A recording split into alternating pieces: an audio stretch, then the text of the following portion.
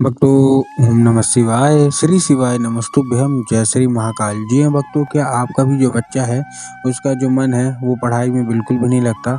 आप लोग बहुत ज़्यादा परेशान रहते हो उसकी पढ़ाई के लिए कि आखिरकार हमारा जो बच्चा है वो पढ़ता क्यों नहीं है। जब भी आप उसको पढ़ाने के लिए बैठाते हो तो इधर उधर के कामों में लग जाता है, लेकिन पढ़ता बिल्कुल भी नहीं है। आपको भी समझ में नहीं आता कि आखिरकार हमारा जो बच्चा है उसका जो मन है वो पढ़ाई में क्यों नहीं लगता। जब भी आप उसको पढ़ाने के लिए बैठाते हो तो कहीं खेलने चला जाएगा, कहीं घूमने चला जाएगा, कहीं कुछ करने लगेगा, लेकिन पढ़ेगा बिल्कुल भी नहीं। तो ऐसे में कौन सा उपाय करें ताकि वो बहुत अच्छे तरीके से पढ़े, अच्छे तरीके से आगे बढ़े। आज की इस वीडियो के माध्यम से हम आपको बताने वाले हैं कि आपको करना क्या है।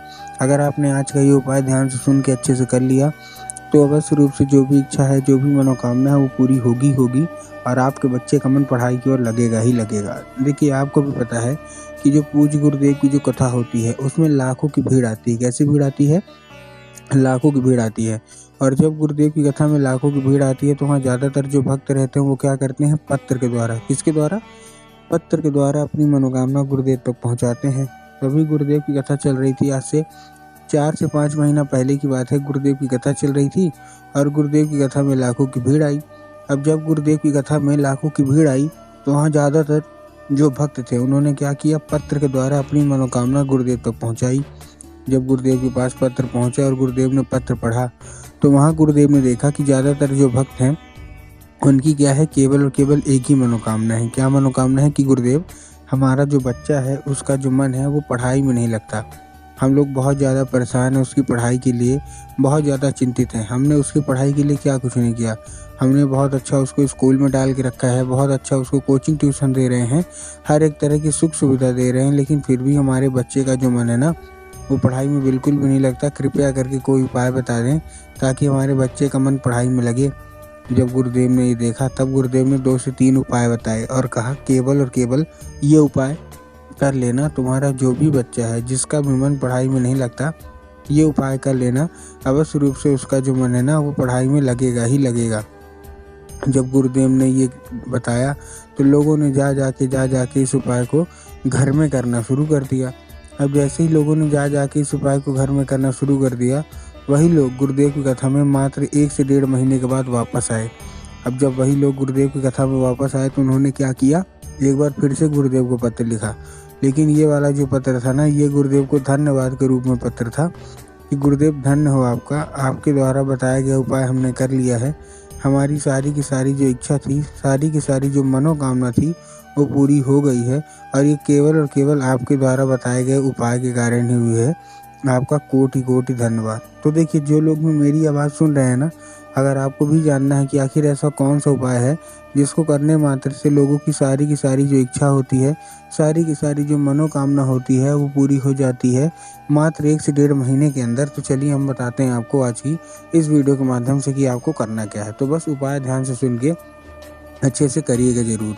लेकिन उसके पहले चैनल पे अगर पहली बार आए हैं और आवाज़ मेरी पहली बार सुन रहे हैं तो वीडियो कर दें लाइक और चैनल को भी कर लें सब्सक्राइब, ताकि पूजनीय पंडित प्रदीप जी मिश्रा के रोज़ नए नए उपाय जो कि मैं उनकी कथा से सुनता हूँ, श्रवण करता हूँ, सबसे पहले मैं आपको प्राप्त करा सकूँ। ठीक, तो देखिए, जो हमारा सबसे पहला उपाय है वो 3 काली तिल और 1 धतूरे का है। देखिए, करना क्या है इस उपाय में? सबसे पहले आपको लेना क्या है? 3 काली तिल ले लेना है और 1 धतूरा ले लेना है। अब देखिए, काली तिल और काली मिर्च में ना बहुत सारे लोग कंफ्यूज भी होते हैं कि हमको काली तिल लेना है कि काली मिर्च, हमको थोड़ा साफ साफ बताओ। तब गुरुदेव ने साफ साफ बताया कि आपको क्या लेना है? आपको लेना है काली तिल। ठीक, ले लिया। उसके साथ साथ आपको क्या चाहिए? उसके साथ साथ आपको 1 धतूरा चाहिए और ये आपको अपने बच्चे के हाथ में देके उसको भेज देना है कहाँ? सीधा सीधा शिव मंदिर। अब जैसे ही आप अपने बच्चे को शिव मंदिर भेजेंगे, शिव मंदिर भेजने के बाद उसको बोलना है कि दक्षिण दिशा में खड़ा हो जाए और उत्तर की ओर अपना चेहरा कर ले। अब देखिए, दक्षिण और उत्तर में भी बहुत सारे लोग कंफ्यूज होते हैं कि दक्षिण क्या है, उत्तर क्या है, हमको थोड़ा साफ साफ बताओ। तब गुरुदेव ने बताया है कि आप जिस भी शिव मंदिर जा रहे हैं उस शिव मंदिर का जिधर साइड जलाधारी हो, आपको अपना चेहरा उधर साइड करके खड़े हो जाना है। ठीक, खड़े हो गए। खड़े होने के बाद आपको करना क्या है? एक नाम लेके। कौन सा? महादेव का बहुत ही सुंदर सा नाम है, श्रम्भेश्वर महादेव। तो बस आपको करना क्या है? आपको श्रम्भेश्वर महादेव का नाम ले, अपने बच्चे को बोलिएगा कि श्रम्भेश्वर महादेव का नाम लेके उन्हीं का स्मरण करके चुपचाप क्या कर दे? अर्पित कर दे। बस पूज्य गुरुदेव कहते हैं कि अगर श्रम्भेश्वर महादेव का ये उपाय कर लिया तो अवश्य रूप से महादेव प्रसन्न होंगे ही होंगे और आपको मन चाहा वरदान आपको देंगे ही देंगे। और आपका जो बच्चा है जिसका मन पढ़ाई में बिल्कुल भी नहीं लगता, अवश्य रूप से उसका जो मन है ना वो भी पढ़ाई की ओर लगेगा ही लगेगा। ठीक है, ये था हमारा कौन सा, ये था हमारा पहला उपाय। अब हम चलते हैं अपने दूसरे उपाय की ओर। अब देखिए जो हमारा दूसरा उपाय है वो कौन सा उपाय है। जो हमारा दूसरा उपाय है, इस उपाय में आपको करना क्या है, जो हमारा दूसरा उपाय है इस उपाय में आपको लेना है केवल और केवल आपको एक लाल फूल लेना है। जो भी माताएं हैं ना, जो भी अपने बच्चे के लिए उपाय करना चाहती हैं, आपको क्या लेना है, एक लाल फूल लेना है। अब लाल फूल आप कोई सा भी ले सकते हैं, गुलाब का ले लीजिए, गुड़हल का ले लीजिए, जो भी आपको पसंद है आप फूल ले लीजिए। बस आपको एक दो चीज़ का ध्यान रखना है कि जो फूल है वो कहीं से भी कटा फटा या खंडित नहीं होना चाहिए और कहीं से भी ख़राब नहीं होना चाहिए। बहुत सारे लोग फूल लेने में ये भी गलती करते हैं कि वो ख़राब फूल ले लेते हैं, खंडित फूल ले लेते हैं, तो आपको उससे बचना है। ठीक, आपने फूल ले लिया। फूल लेने के बाद सबसे अच्छी बात इस उपाय की क्या है कि इस उपाय को आपको कहीं और करने नहीं जाना पड़ेगा। इस उपाय को आप अपने घर में कर सकते हैं, लेकिन आपको अपने घर में करने के लिए इस उपाय को माता सरस्वती की फ़ोटो होना अति अनिवार्य है। अगर आपके घर में माता सरस्वती की फ़ोटो है तब तो अच्छी बात है, लेकिन अगर आपके घर में माता सरस्वती की फ़ोटो नहीं है तो आपको बाज़ार जाना है, माता सरस्वती की फ़ोटो लाना है और घर में अपने क्या करना है, स्थान दे देना है। ठीक, दे दिया। स्थान देने के बाद आपको करना क्या है, जैसे आपने स्थान दे दिया, शाम के वक्त जब भी आपके घर में पूजा पाठ हो ना, तो शाम के वक्त आपको वो लाल फूल मतलब क्या करना है, अर्पित करना है। किसको, माता सरस्वती को। और अर्पित करने के बाद माता को क्या बोलना है, औषधि के रूप में कि माता कृपया करके हमको इसको औषधि के रूप में दें।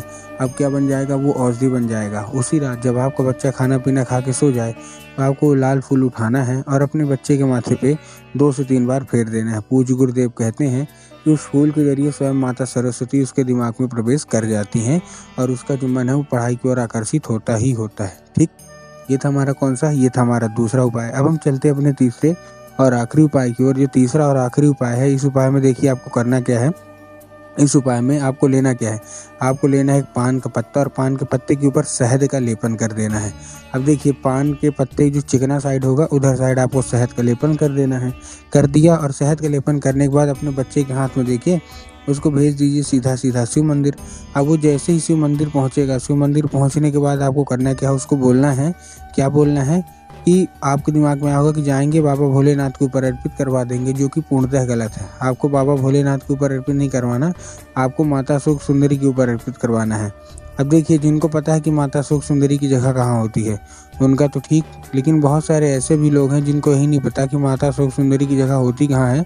तब गुरुदेव ने बताया है कि जलाधारी है, जलाधारी के बिल्कुल बीचों बीच किसकी जगह होती है, माता अशोक सुंदरी की। तो बस आपको करना क्या है, माता अशोक सुंदरी की जगह पे आपको चुपचाप अर्पित कर देना है बस। पूज्य गुरुदेव कहते हैं 1-1.5 महीने रुक जाइए, आपका बच्चा स्वयं पढ़ने लगेगा।